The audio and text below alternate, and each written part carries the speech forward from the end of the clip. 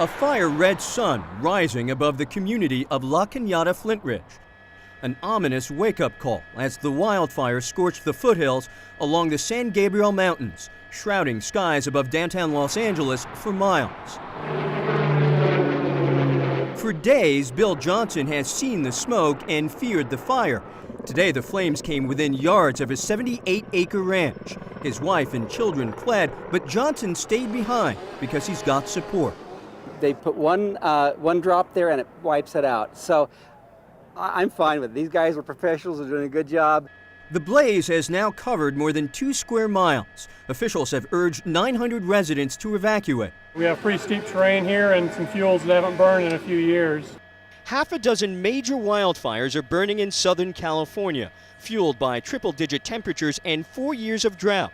Calmer winds have helped, but created other problems. The smoke is building all over the basin, and so air quality is dangerously, seriously bad. Part of the firefighters' challenge is dozens of spot fires like this one, fueled by erratic winds and acres of tinder-dry brush that hasn't burned in 60 years.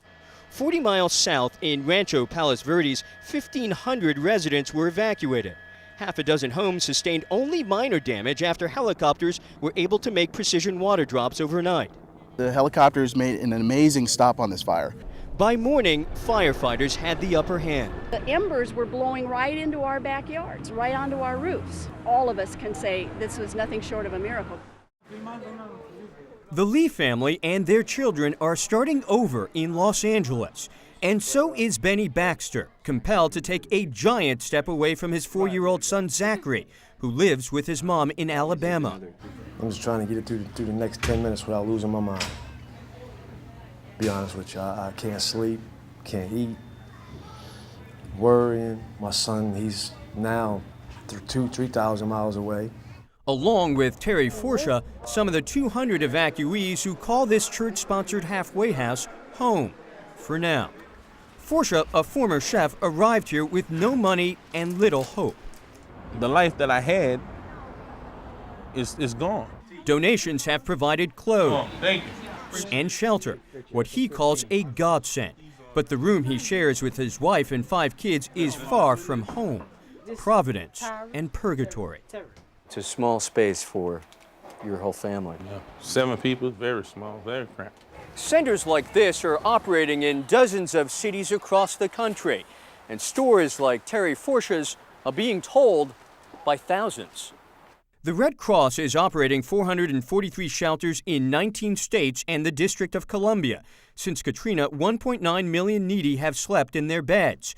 Evacuees have fanned out all over the country, from Tucson. We had no idea that we were coming to Tucson until the pilot got up in there and he said, okay, we're going to Tucson, Arizona. To Cape Cod, Massachusetts. It's nice, and it would be a consideration. I'm going to stick around for a little while and see. And outside Seattle. I have no control over this, and it gets me upset. But for some evacuees, brighter days ahead.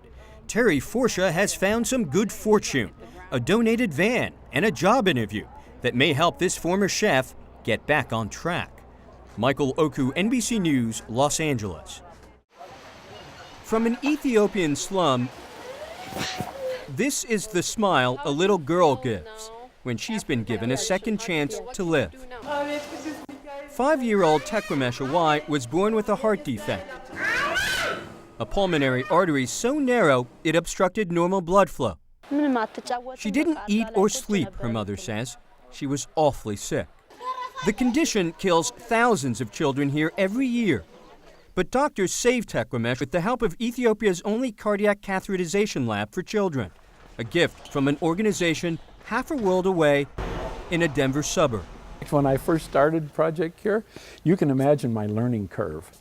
It's where Jim Jackson founded Project Cure, a nonprofit that collects surplus medical supplies from hospitals and then sorts, tests, and ships those supplies to the poorest clinics and hospitals worldwide. Scrubs for Kenya, scanners for Cambodia. Jackson, a former economist, came up with the idea after witnessing squalor at a doctor's clinic in the Brazilian highlands. So he promised he'd return with donated supplies, and he delivered. The director of the hospital said to me, You know what you really brought us? You brought us hope. Since its first shipment in 1987, Project Cure has sent medical supplies to 123 countries. This year alone, it plans on moving $40 million worth to 70 hospitals around the world. All with the help of donations and the time of 10,000 volunteers, including retired ER nurse Millie Truitt. When I touch things, I think, who is this going to touch? Back in Ethiopia, where checkups now start with life-affirming hugs, doctors estimate the lives of some 2,000 children a year will be saved by that cath lab alone. Now I play. I can do whatever I want, Tekwemesh says. A little girl with a smile and a message across seas. Thank you. Michael Okwu, NBC News, Centennial, Colorado. At the U.S. Olympic trials, the heat is on. My God! 92 and hazy, under clouds of suspicion and steroids. Screw the drugs. Screw the people who use drugs. You know what I'm saying? It's more people out here doing it right, okay? One observer put it, every interview, it seems, begins in suspicion and ends in accusation. First of all, what kind of question is that? Not even a clean gold medalist sprinter trying to practice can avoid it. I don't care about it. Do you have a view on it? I don't worry about it. It's not concerning me.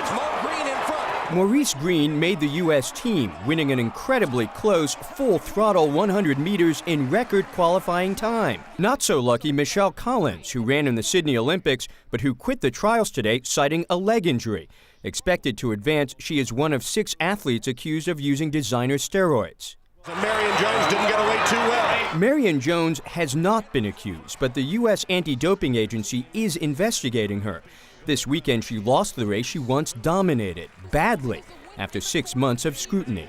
Whether that has to do with how long it takes to recover from having a baby, or whether that has to do with all the distractions in this wider doping scandal is hard to tell. Jones can still make the team in other events, but her boyfriend, Tim Montgomery, accused of drug use by the anti-doping agency, failed to qualify in his own race. None of the athletes can be banned until their appeals are heard. U.S. officials are hoping the cases will be resolved before the Athens Games, now just 32 days away. We are faced with an absolute dilemma because we have a very small window. It's really unprecedented in the history of amateur sports in the United States. Meanwhile, new stars like legally blind triple jumper Tiyombe Hurd and 100-meter winner Latasha Collender have left their mark, trying to stand out in the haze of the doping scandal. Michael Okwu, NBC News, Los Angeles.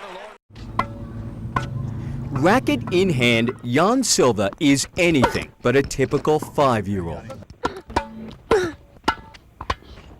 5. Never seen a 5-year-old like Jan. No, he's phenomenal. He is a 4-foot, 60-pound top-spinning machine who loves an overhead smash. Spiker. Because you get to stretch and you get to put your hands back and stretch it off. The writing may have been on the wall when Andre Agassi signed his T-shirt at 1.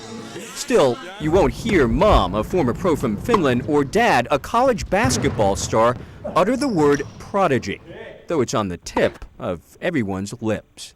Last year, the Silvas sold their house and cars, moved their 3 kids to France so Jan could attend this tennis academy full-time. As the pressure keeps going with this little boy, people are going to be expecting a lot more. How will he respond to it? If he thrives on pressure and grows from it, as some kids do, he'll be fine. If he doesn't, that's when the problems arise. 2-time U.S. Open champion Tracy Austin can relate. She was a tennis cover girl at 4, but says she didn't have skills like this. Obviously, his forehand is beautiful. It's pretty much the same every time he hits it. But it's the backhand that's phenomenal. Mainly because I need to take the kid on. Do you see any weaknesses in his arsenal? I haven't seen you play, but I think you might be in trouble. Wave to the crowd, Jan. Wave to the crowd. After a little trash talking. So, Jan, you ready for me to knock you senseless? No, you're ready for me. You ready for me to knock you senseless? Okay. Pointers from the pro. You're holding it like this. Okay, sorry about that, Jan. We rallied. No! Oh, that's not right! until the champion emerged. I'm just too good for you. Good match. And carried his arsenal, almost bigger than his body, off into the sunset. For today, Michael Okwu, NBC News, Folsom, California. How long does true love last? Just ask 87-year-old Larry Carroll and 86-year-old Helen Jepson. I was wondering why he kept coming into my mind all the time. Why? They waited almost 70 years to reignite an old flame. I remember how she looked the first time I saw her. I remember how she looked the last time I saw her, and every time in between. Their story begins here, in Dallas, Texas, the year 1933. Larry and Helen were teenagers when they met at church. Well, I thought he was the most handsome young man I'd ever seen. They began an innocent romance, worthy of a soundtrack. Beautiful girl. Singing together in the church choir, dancing in Dallas's nightclubs. I remember walking down Main Street in Dallas and holding her hand, and I was so proud of this, to be with this beautiful girl. But this was the Depression, and Larry couldn't find a job. In 1934, he enlisted in the Army and moved hundreds of miles away, carrying a framed picture of Helen that would stay etched in his mind for more than 6 decades.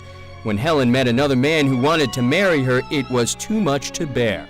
We had lunch together, and so I had to tell him. And he gave me my picture back. It was painful. With time, they drifted away, Larry to Georgia, Helen to California, each leading separate but remarkably parallel lives. They married and remarried, raised families, survived their spouses' deaths twice. 67 years passed.